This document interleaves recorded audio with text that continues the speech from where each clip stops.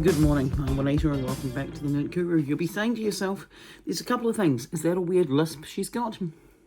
Yes, she bit her tongue and now her tongue's all swollen. And so she keeps biting it and now she can't speak properly. Also, why is she wearing such a dirty vest? I thought it appropriate to wear my knitted high-vis vest for this particular video because here's my thought. Those of you who know, I'm also a playwright. That sounds way more egotistical than it needs to, but I write plays. One of the plays I've just recently written is all about road cones. Yes, the little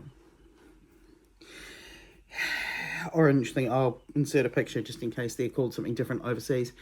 Road cones. Surely they're not. Surely they're just road cones everywhere. It feels like they're road cones everywhere. However, because I've written this play about road cones, which has taken up all of my heart, and then some, I thought it's time that I created either a knitting pattern or a crochet pattern for a road cone. Logically, hence the safety vest. I do think that somewhere I have more of this reflector yarn, because this one reflects in a lot in the like light, and I do have some glow in the dark, so I'm hoping that I can find some of that before I get up to doing the bands around it, but we'll see. So I've got a couple of options of yarn. The first one's going to seem ridiculous. I've been using up these micro skeins because I found them in my stash, and there's a very, I'd say big, there's a chaos project coming up. It's the opposite of a big project. It's just taking a while, if that makes sense. And will take a while longer that I'm working on using these mini skeins. And then this particular mini skein, there's a pattern that I think it'll be released by the time I do this road cone one. Who knows at this point? But there's a pumpkin dress that this is the leftover yarn from. So it'd be quite nice to use up that. I've got some sock yarn, which is I think it's just a wool sock yarn with a polyamide strand through it. I've got some leftover milk cotton. I know I've got more of this shade, so I've got that, and I think I've got a glow-in-the-dark milk cotton, so this could be a goer. And I have this fluffy ball here. Now, I was saving this fluffy ball here for a different project, but I can get more of this. Those are famous last words, aren't they? As soon as you say I can get more of this yarn.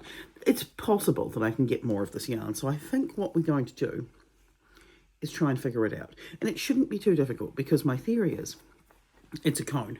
I can crochet a cone, and then it's a square at the bottom. So I just need to figure out how to square the bottom of a cone.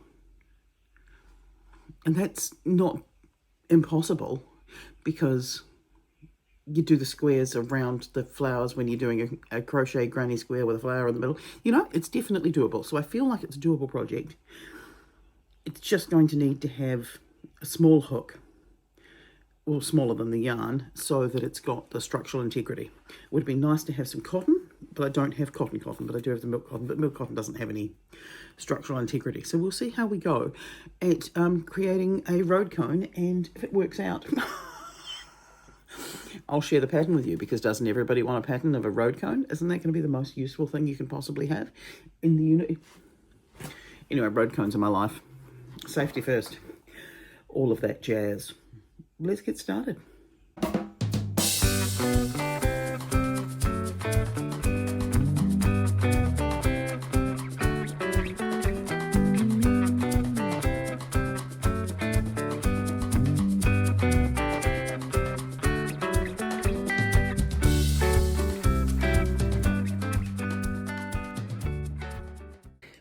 Right, okay, so what have we got up to? I've got this cone forming. I'm relatively happy with my cone, because I don't want this to be a big road cone, because, you know, I'm not making a road cone size road cone. Or am I? Am I going to make a full-size road cone? Do I make the road cones I use on stage? Calm down, Juanita. It is hurting my hand, and I think it's hurting my hand because normally with this yarn here I would use the 3.5 or the 4mm crochet hook, but I'm not exactly sure what I've done with my 3.5, so this is a 3, but I'm happy with the angle, and I've got my notes. I know that I need to get this to be a multiple of 4. That's my theory, that if I've got a multiple of 4, then I can mark off the corners and figure out how to do the base plate. That's what I'm working on. That's the plan. That's where we're at the moment. And then once I've got that, then I can figure out where the stripes go. And then we should have a pattern. And I might end up with a road cone keychain hanging on my bag. It fits, let's be completely honest. It fits with my life that I would have a road cone keychain dangling on my bag. Why wouldn't I? Anyway, I'm going to get back, do this. I'm probably not going to film what I do next because all I'm doing is increasing it up to a multiple of 4, and then I'll figure it out. So we'll go from there.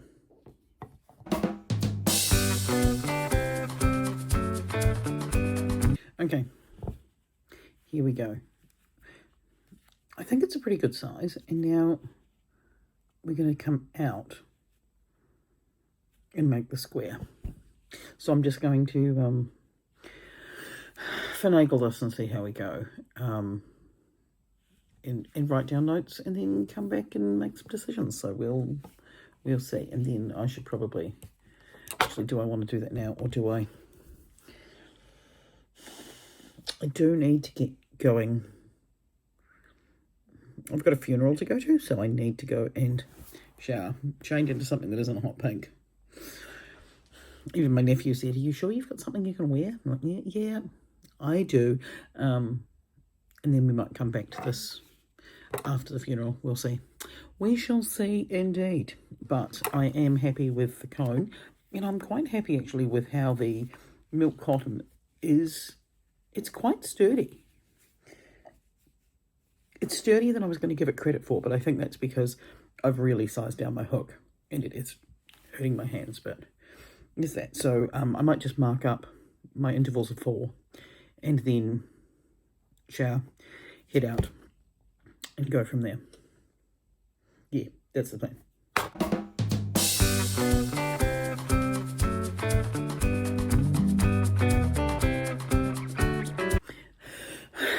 Okay, I didn't go to the shower because I suddenly I drew a picture, and this is what it's looking like. So we're getting there. I'm happy with the shape. Like, ignore this corner where we're actually at, because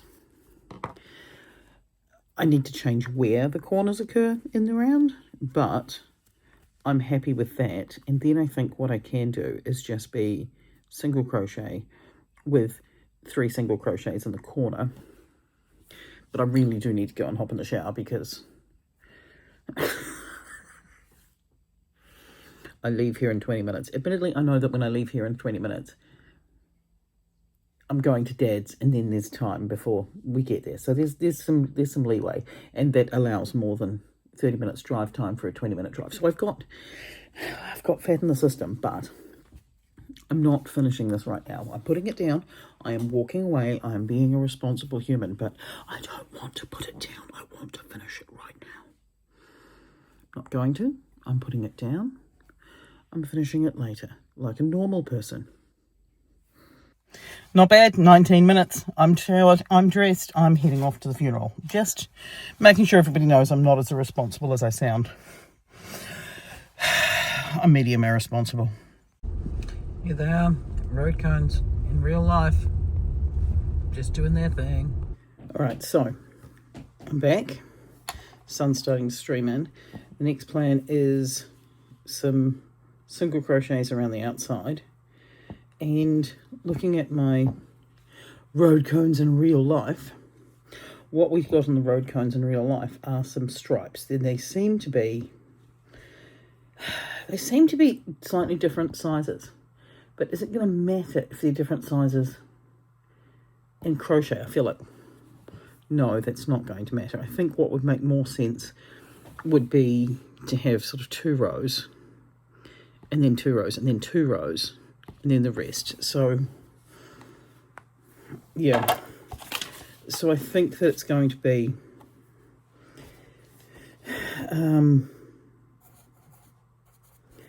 there, you can't see what I'm writing, sorry, and there is a colour change. That's what I think. I'll do the thing, and yeah, let's just do the single crochet and see how we look at that point. Yarn buff. It's just everywhere.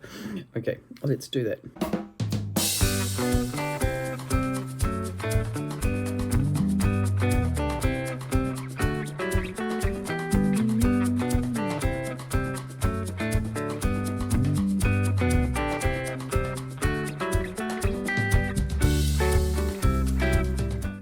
Right, okay, so this has now got the row of single crochets around the outside, and I'm looking at, I think proportions are good. There's part of me that wants to try making a bigger one, wondering whether or not it just needs blocking, or whether or not this row here, as we come out, needs to be either a front post crochet or just into the front loop.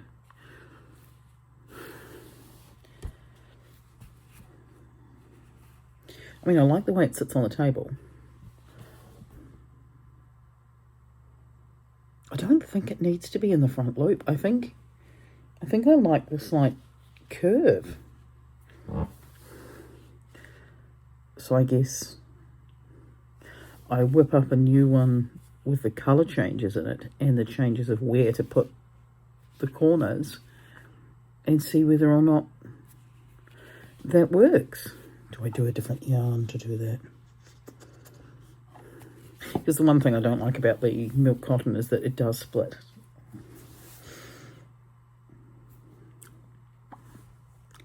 You don't need to see me think. I'll do the thinking.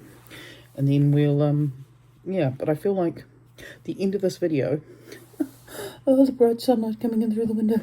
The end of this video is at least going to have a tutorial in there. Not that it's the most complex project in the world, but it's fun.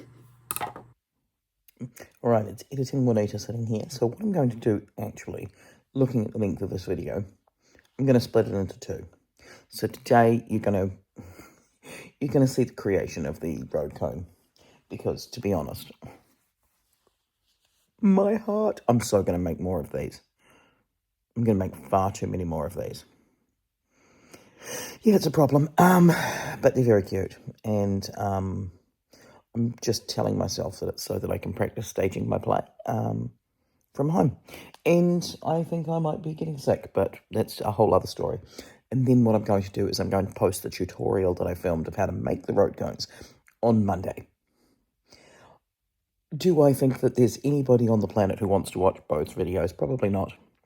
Do I think there's anybody else who wants to make a tiny road cone? Also, probably not, but I'm posting it. I am posting it instead. No, I'm posting it anyway. Yes, it's fair to say we're at the point of the term that my brain is.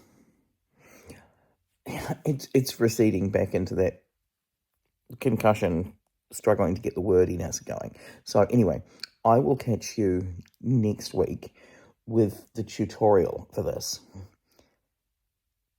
And now I will film a mini introduction for that. See you then.